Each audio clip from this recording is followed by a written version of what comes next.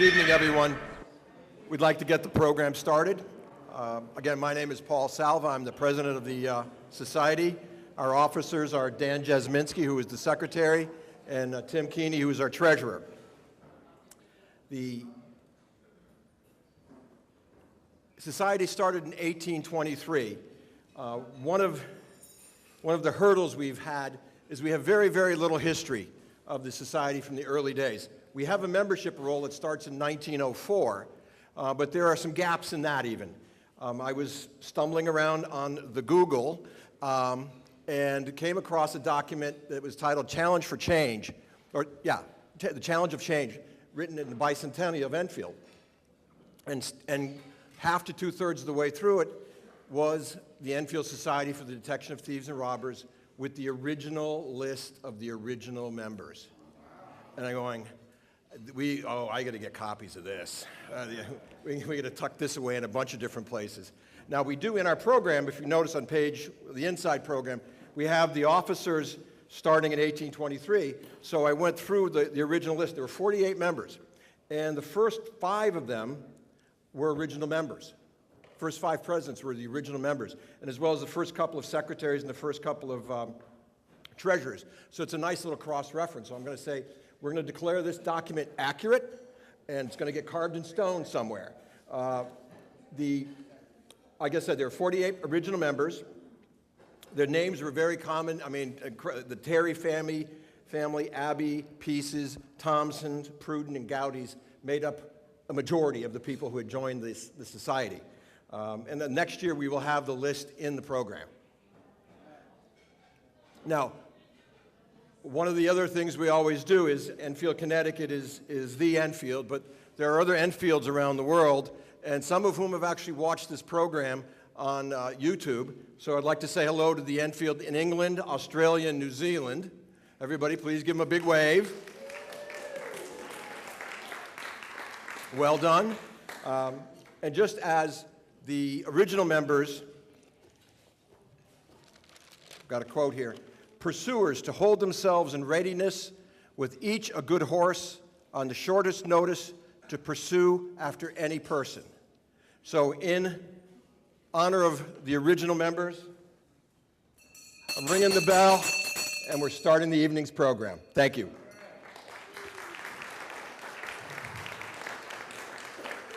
I'd now like to introduce Scott Copen as our Toastmaster. Good evening, everyone. So as your Toastmaster, I do not have any jokes for you. It is my distinct honor to be able to introduce to you our 2 speakers for this evening. And the organizing group made a little change this year. We decided we wanted to get back to the grassroots of law enforcement here in Enfield. And we worked with our chief and threw out some ideas, and he came back with a couple of names. And it was near unanimous from the committee that we would have these 2 guest speakers come and speak about 2 very important efforts or initiatives that are happening in our police department. So first up, we're going to have Nicole Martell Moylan, a sergeant, and I'm going to pick off a couple of interesting facts about Nicole as her introduction. So she started, first and foremost, I am a wife and a mother to 6 awesome kiddos. She is a Mimi, otherwise known as a grandmother, to 5 beautiful grandbabies. Nicole joined the Enfield Police Department in January of 1999. She's been in the patrol division her entire time and promoted to patrol sergeant in June of 2013. She serves on the accreditation team. She took over the internship program and revamped all their policies and procedures.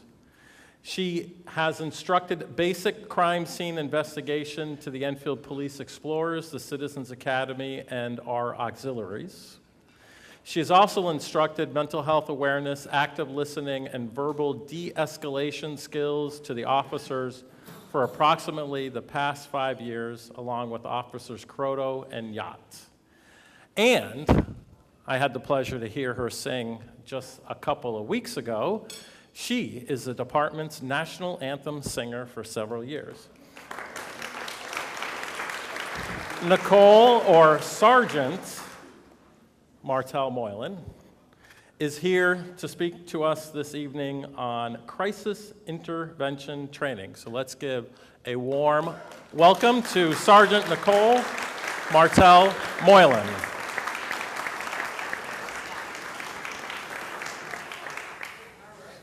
Thank you, Scott, and thank you for having me here. It really is an honor to be here. I think of you as the original police department, really, if we look at it. Crisis intervention training.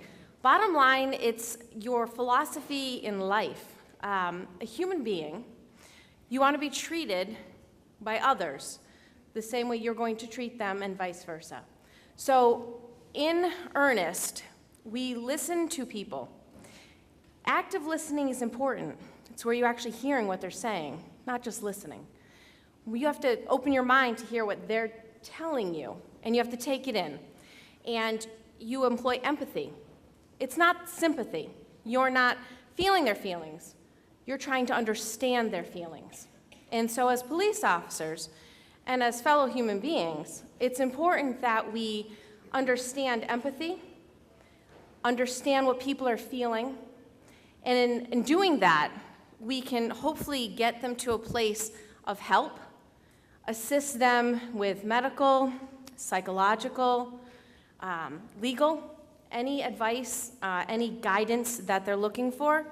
If we can understand what place they're coming from, there's a better chance that we'll be an effective police officer, an effective human being, an effective fellow person. We're not above, we're the same. We're all humans together. So the philosophy I have in life is treat people the way I want to be treated. I haven't let this job change me. I'm no different from the moment I started 20 years ago. And I don't plan on being any different when I retire, however many years it is from now. I just hope and wish that the rest of my fellow police officers are the same way, and that they understand that we're all on the same page. We all come from different walks of life, different experiences in life. We all see things differently, and we perceive things in life differently. And if we can all work together, we can all reach on the same page to get to where we want to be. So when I talk to the officers that I work with, and I help them in understanding that, crisis intervention training is just that.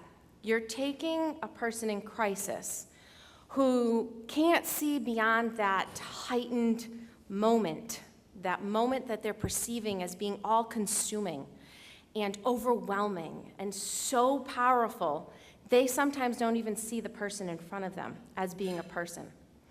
And when we walk in to a situation like that, and they're very ramped up and hyped up, and they're loud and they're emotional and they're angry and they're enraged, if we walk in and we treat that in the same level of heightened awareness, we're not going to reach them. We're not going to understand them. We have to walk in and slow it all down. We have to slow the situation down. So we have to go in and we have to remember, I want to treat them the way I would hope I would be treated if I was in crisis. And I'd want somebody who's going to be understanding and who's going to take the time to try to fathom where I'm coming from, because I don't have the ability right now to explain to them. I'm so upset.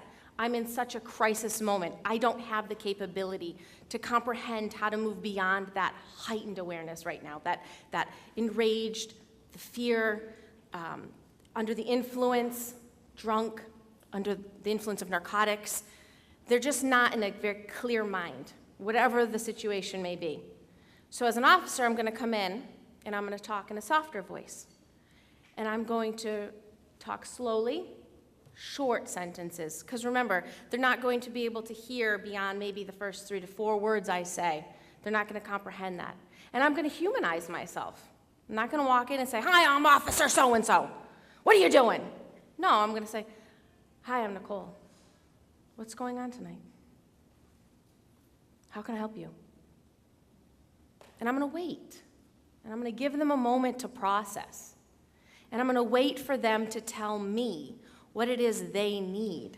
And it may take a long time. And there's this thing called patience that the world seems to lack that of everywhere.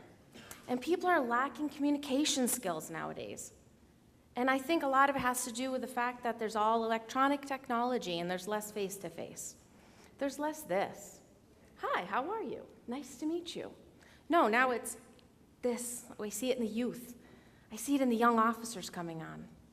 And so it's teaching the art of communication, both give and take, that we're dealing with. So my fellow instructors and I, we teach communication. We teach the art of communication.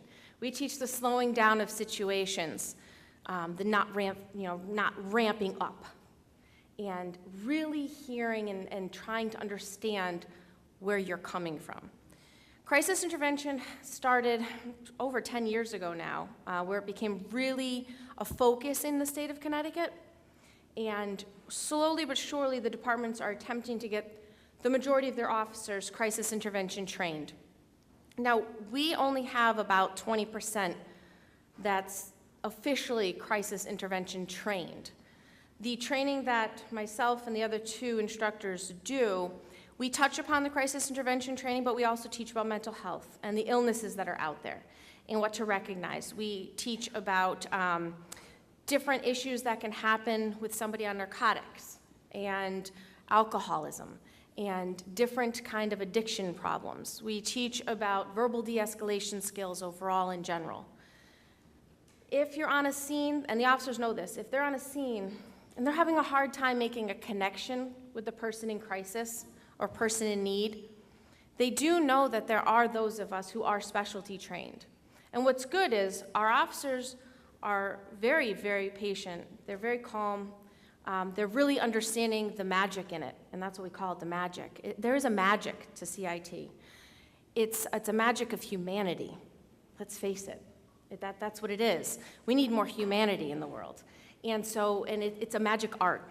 And so when they're having a hard time, instead of getting self-righteous or irritated or frustrated that they can't do it, they're not too proud to call and ask for a CIT officer to come over.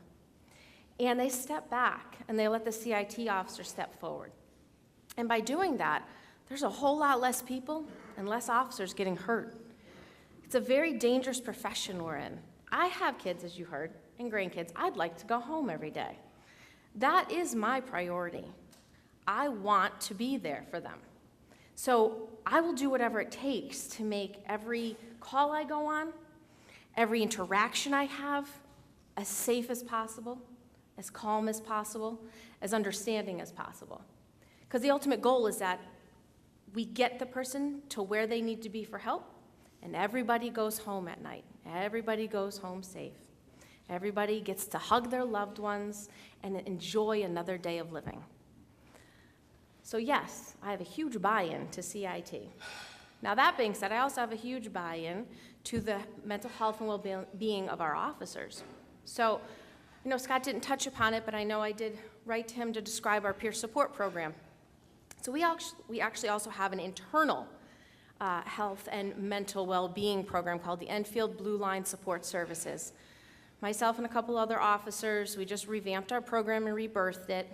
It was actually about 10 years ago that Lieutenant Zadzinski, now retired, and another retired officer, Officer Driscoll, Dave Driscoll, and myself, we wrote a program, policies and procedures based upon the Connecticut STOPS program.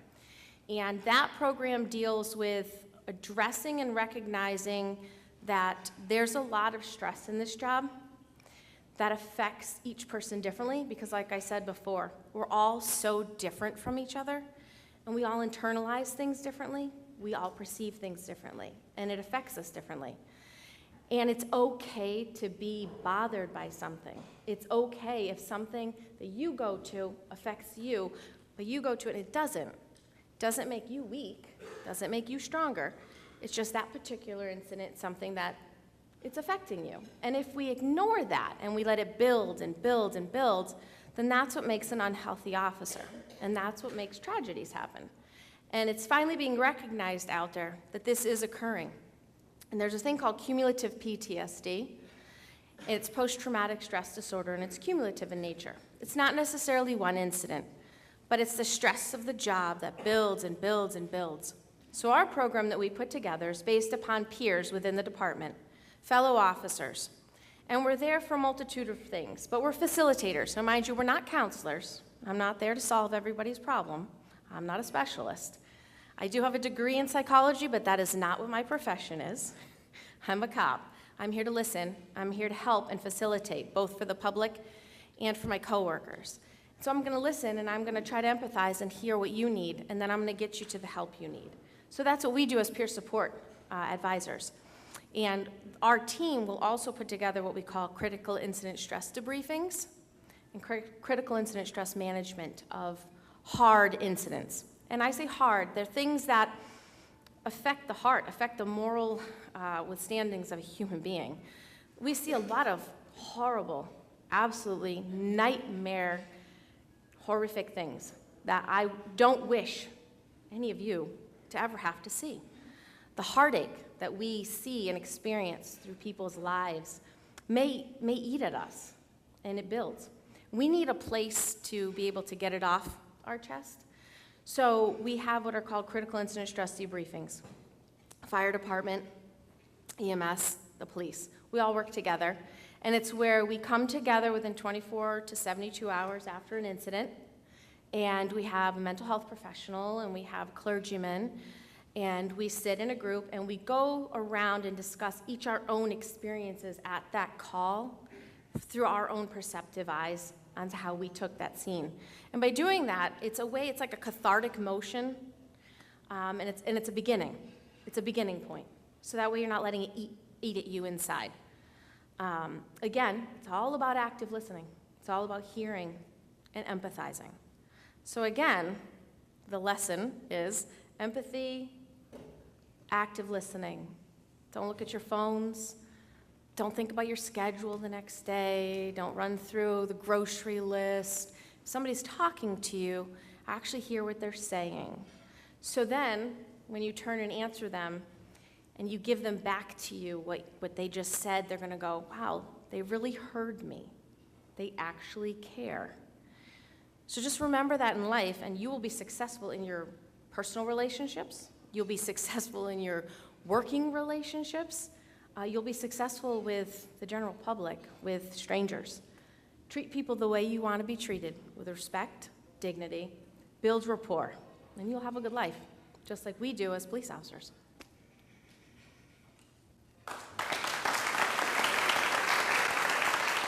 So it is now my pleasure to introduce to you Sgt Nicholas King. As I said, he's currently a sergeant at the Enfield Police Department and the squad leader with the Capital Region Emergency Services Team. He holds the title of instructor for handgun, rifle, less lethal munitions, combatives, TCCC, which he'll have to tell us what that means, and has developed training for active shooter response. I like this part of his bio. His personal mission statement regarding policing is to perform his job duties as if it were my own family. Outside of work, he is a husband and father of 2. His hobbies include martial arts, shooting, weightlifting, and adventure vacations with the family. He's originally from Virginia, where he attended the College of James Madison University, received a Bachelor of Arts in Political Science, and met his wife there and started his law enforcement career 18 years ago in corrections and later worked for the Albemarle, that's how bad my eyes are, County Police Department. And he's had the privilege to be employed by the Enfield Police Department for the last 10 years. So please welcome Sgt Nicholas King to speak about CREST.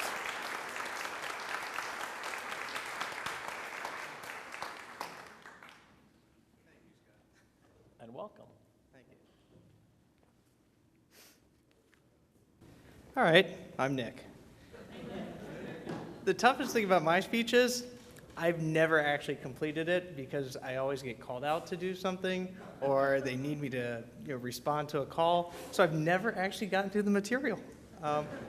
So if you guys have been in my Citizens Academy class, usually you see me bailing out about 10 minutes into it, so I don't really get to the meat and potatoes of it, but I'll start with the personal experience, and then I'll dive into what Crest is all about. My first call out, when I first got on the team, I had this much actual tactical training, and I was told to meet in a parking lot in Hartford. I get down to this parking lot in Hartford, it's rainy, it's very early in the morning, and I'm really unsure about what we're supposed to be doing here. They say, hey, go through that door, you'll figure it out. I go through a door, I see the ATF, the DEA, the FBI, and I see just about every SWAT team in Connecticut all in this hangar with helicopters and airplanes and stuff, and I'm wondering what I got myself into. Then they say, hey, Nick, guess what? You're driving the Bearcat, which is our armored personnel carrier. It's a tank on an F-350 body. It's a pretty fun truck to look at, not too fun to drive on a highway at high speeds. So they say, hey, you're driving, you're going to get us to our target location, and you're going to be following this Nissan Maxima that is going to obey the speed limit the whole time. Well, it didn't. I followed it through Hartford. School buses are coming out, lights are turning red, cars aren't stopping, and I'm driving basically a tank filled with 12 guys yelling and swearing at me. We get to our target location. I start sweating profusely because I'm not dead, and I didn't hit the school bus that pulled out in front of me, and the guys bail out, start hitting doors, flashbangs are going off, people are screaming, guys are in flex cuffs, some stuff is going down. And at that point in time, I'm just hanging out by the vehicle, and people are looking at me like I know what's going on. It's a little bit different now. So I've been on the team for 7 years. It's been my favorite assignment since becoming a police officer. I would never give it up.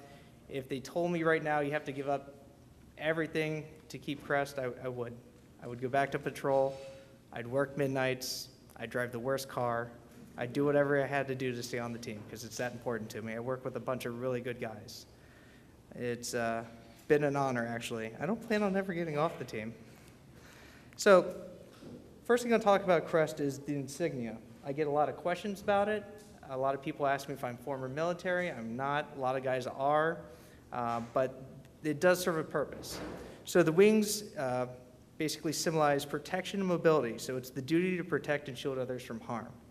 The arrows are speed and precision, or speed and deployment. You guys talk about having a horse ready to go chase horse thieves, and that's our job. That would be like QRF for us. You're the first 5 here. All right, you guys are it. You're going. So it's speed and deployment, because sometimes you need somebody there right away. You need them there 10 minutes ago. And we're those guys. And the sword is symbolizing courage, the courage to go into harm's way when others are in peril. One of the things about becoming a member of a SWAT team that's very humbling is realizing that you start creeping towards the bottom of the list of importance. So we have a priority of life with the SWAT team. It goes hostages, innocent people, police, then the bad guy. So we're second to last. To get a little bit gruesome, I'm on a call out one time. This is probably 2 years onto the team. The guy behind me goes, "Nick, I'm so happy you're wearing your helmet today." Why wouldn't I be? "Oh, no. If you get shot in the head running in, the helmet will catch the bullet, and I'll be fine." Thanks, JJ. I'm glad I wore my helmet today, too. So it's a humbling experience, and you go into any of these situations knowing that it could be the last call you go on.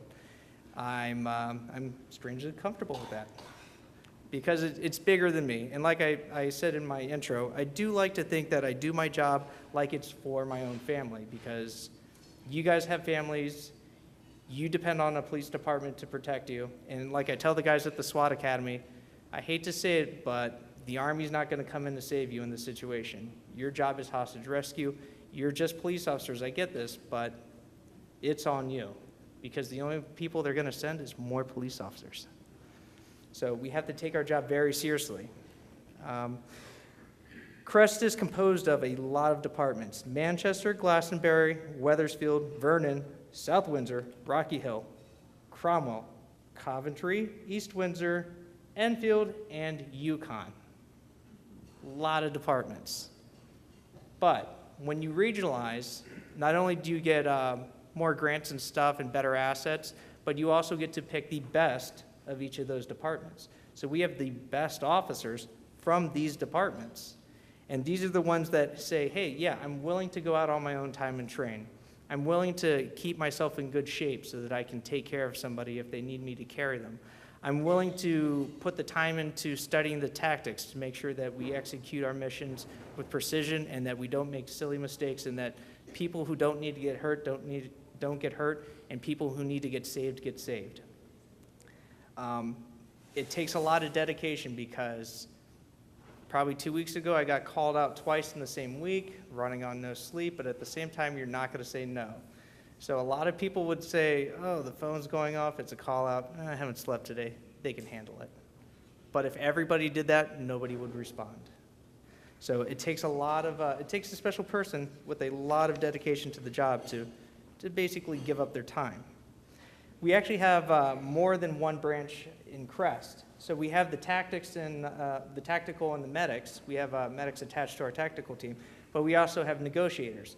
A lot of those negotiators are people like Nicole and the other officers from RPD, like Steve Austin, who actually go in there and try and talk these people down so that we don't have to use force, so that we don't have to risk anybody's lives, our own especially, and that we can recover whatever hostages or resolve whatever situation we're dealing with without the use of violence or force. We have a dive team as well, which I didn't know about until I was on the team for 5 years. And those are the three prongs of Crest. And the nice thing about Crest is it doesn't matter what your rank is at your department, because we have lieutenants who are operators. Me as a squad leader, I was an officer who became a squad leader who's in charge of lieutenants and sergeants and stuff like that. There's no rank. We're all there to do the same job. And that is to primarily do hostage rescue, high-risk emergency, high-risk arrest warrants,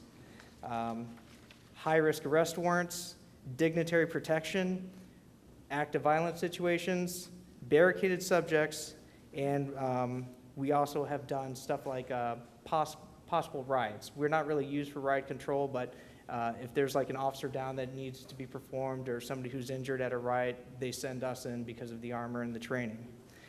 We did have the privilege to protect President Clinton when he went to Yukon, which was kind of a fun thing, working with the Secret Service.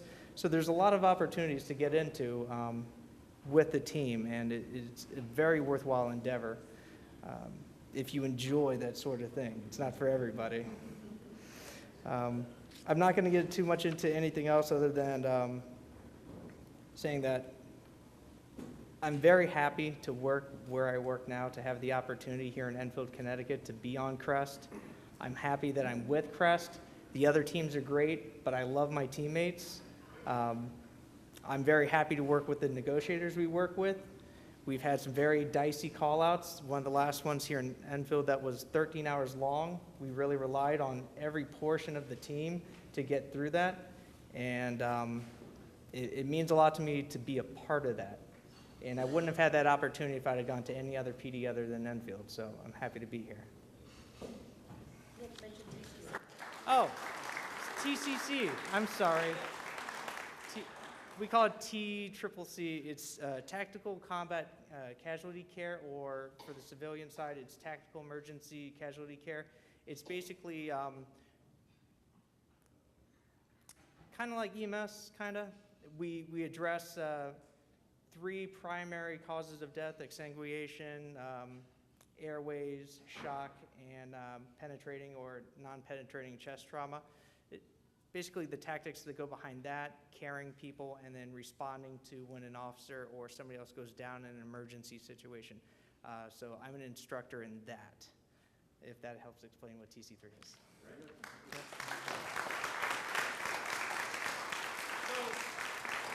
So Nick and Nicole, come back up. Does anyone have any questions for our guest speakers? Now's your chance. Any questions? Yes, sir. Come on up and you guys take over the microphone. Not to bring up a sore subject, but the past 3 months, there's been 3 fatal shootings in Connecticut with police departments. Why does it have to escalate so much where it has to be, you get the person right then and there? Why can't you just go arrest them the next day? Or something like that. Call off the chase, back off, and then get the person, have detectives find out who that person was. Why is it such an emergency to use brute force right then and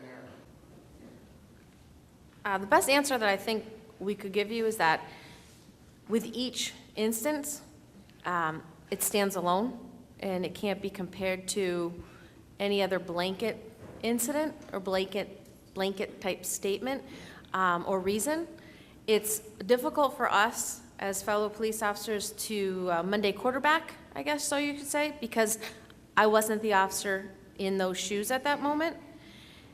I wasn't at any of them. I don't know what the officers saw and experienced.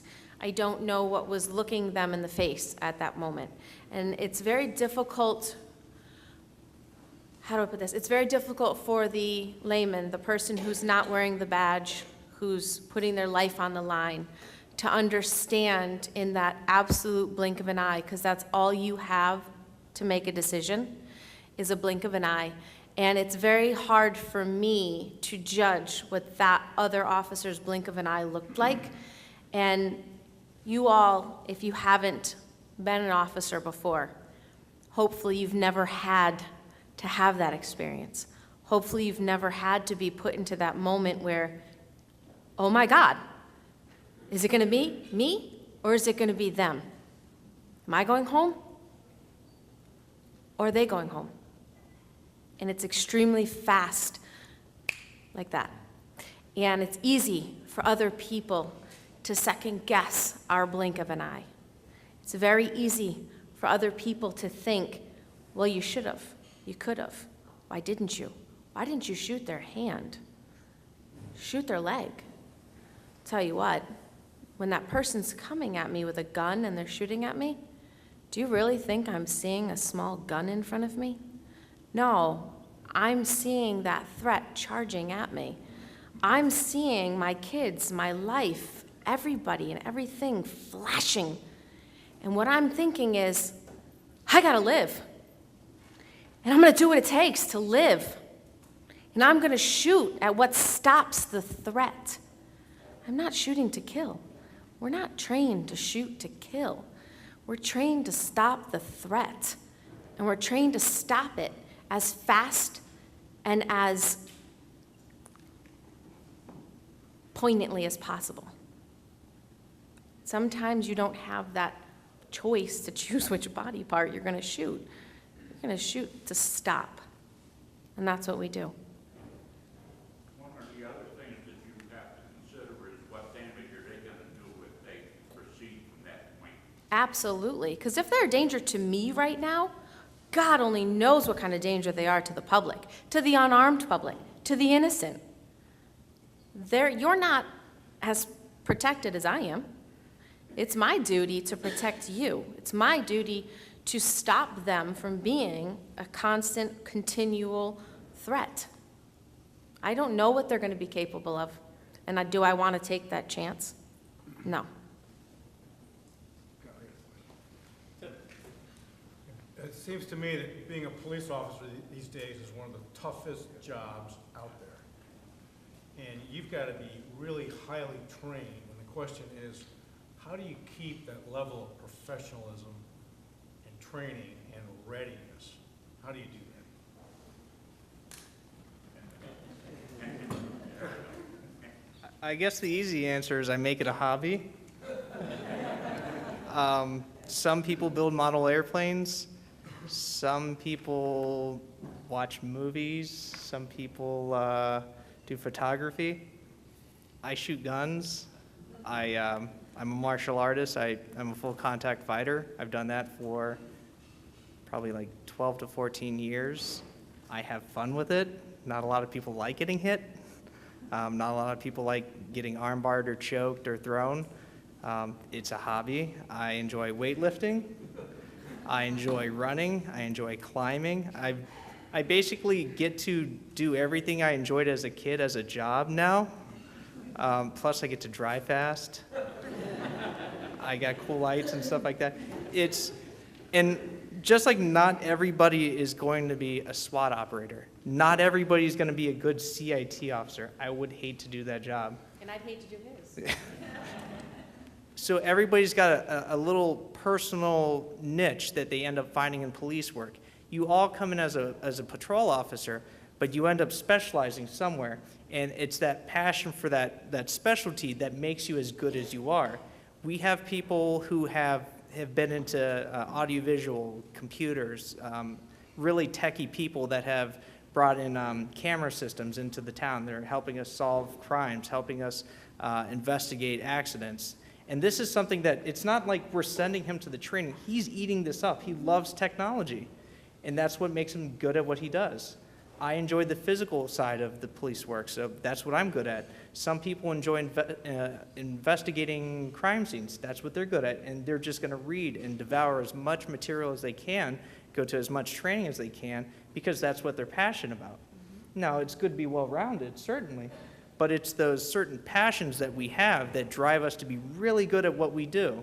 And when you get a community of officers that's really passionate about one particular aspect, that makes for a very solid police department.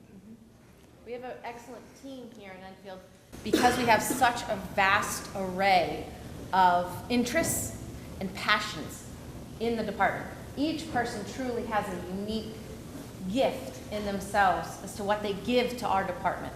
And together, it's a nice, fluid, working team. I mean, you got Tommy Pierce over there. Tommy. Accreditation manager. He's in charge of keeping us all in line. He's the one who makes sure our I's are dotted and our T's are crossed, and he's very good at it. And he holds us to the carpet on things. He holds us accountable for our actions, for our decisions. He is integral in our department. We'd be lost without him. You know, I worked for him for many years on the team. Very proud to work for him. You know, and it's people like that that have their drive, their passion, their ambitions that pull together a good department. And how do we stay professional in light of the negativity? We can't internalize it. Just like I spoke about before, I can't take it personal. What the public is saying about my fellow brothers and sisters in blue. I can only decide who I'm going to be as a police officer. I can only stand before you proud at the decisions I make and understand and try to comprehend where my fellow brothers and sisters are coming from in their decisions. And we work together in that. I can remain professional knowing and reminding myself why I became a police officer to begin with.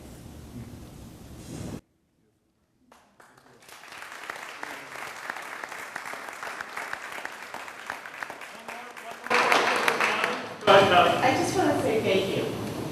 And also, thank your family. Yes, They have a harder job than we do. that's for sure. They do. They do. So thank you. My kids, my little ones, they say to me every night, and this will tell you just how it is in the world today. My kids say to me before I leave for work at night, I sing to them every night. There's a certain set of songs that I sing, and tuck them in, and we do prayers, and then they say goodbye, and they say, Mommy, please don't die tonight. Pretty heavy. Yes. Thank you. All right, one more big round of applause for Nick.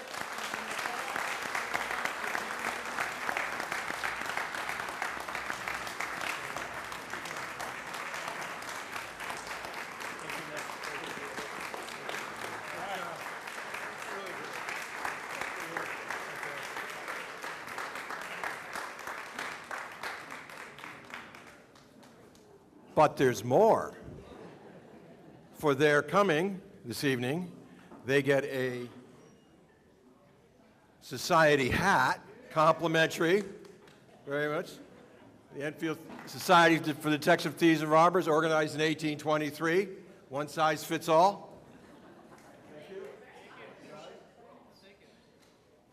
And they also get special I thought last year's talk by Chief Fox was going to be a tough one to top. Well, you can tell him you topped him. Moving on to our society traditions. We have a number of them. We read off the names of our 100-year members, somebody who joined in 1919.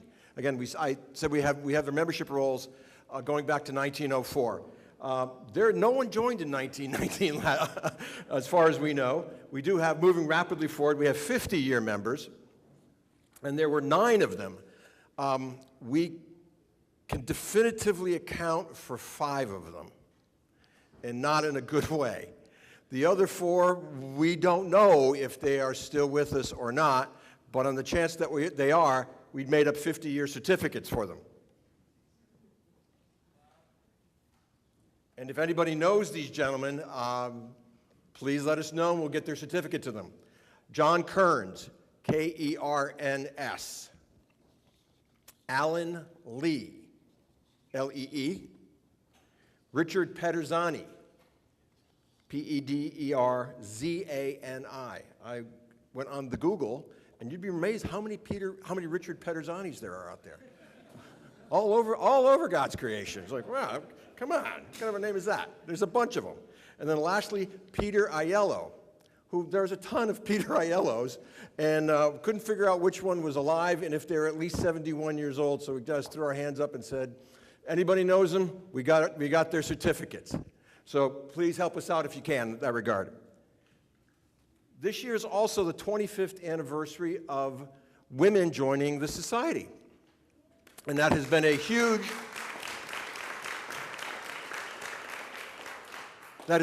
shot in the arm for the organization. It's swelled our ranks and our organizational skills in pulling this evening off.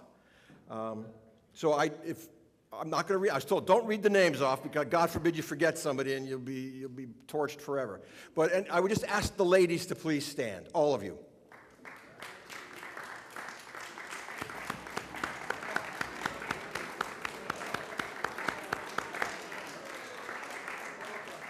Thank you. Thank you very much. One of our biggest tradition is the Elder's Cane, and it goes to the person who is the longest tenured member. And up until last year, it was a gentleman named Bob Keller. And Bob passed away at about age 92 or 93, and he joined in 1947. And so the search started, and it was, we had some fits and starts. There were some people who we thought were with us, but okay, he's got the right name, but he's too young. That can't be him. Or that's the right name, but he didn't move to the United States until 3 years later, so it can't be that guy. One of those deals. So we finally settled, with as much certainty as we can have in this situation, on someone who joined in 1950. His name is Benjamin Alimo, and he's alive. I talked with him, and I found him through his grandson, and we are going to engrave his name on our Elder's Cane, because we just found Ben about a week ago. So Bob Keller's still number 1 on the list, but Ben's going to replace him here momentarily. Here's the cane. We have, again, in our program, we have the list of all the members of the cane who have held the cane. And there's getting a little worried that we couldn't necessarily read the names. So Dan Jasminski's stepson, with a very good pair of young eyes, just sat down and read them all out for us. And no matter what focal length I held this at, it was all a blur, but he just nailed it.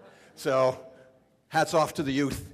And the society holds the cane. We used to let the cane holder hold the cane, but now that if people have moved away and whatnot, it's going to stay with the society. Your name goes on here, but you ain't getting the cane. We always want to encourage new members to join and participate. We're always looking for help.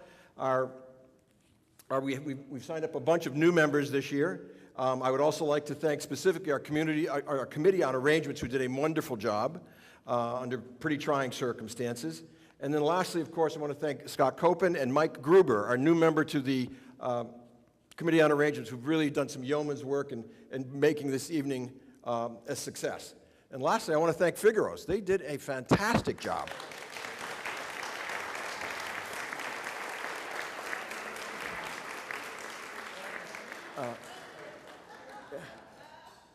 And I think that will bring us to the evening's end.